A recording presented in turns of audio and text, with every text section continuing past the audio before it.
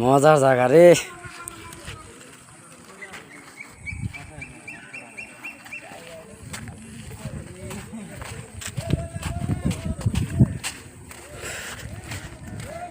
এই যে ব্যক্তি কামে আছে পয়সা বেকারে বসে হয়েছে, পয়সা পাতি বানায়, খাবার দাবার ওরকম ভালো করে পাইতেছে না।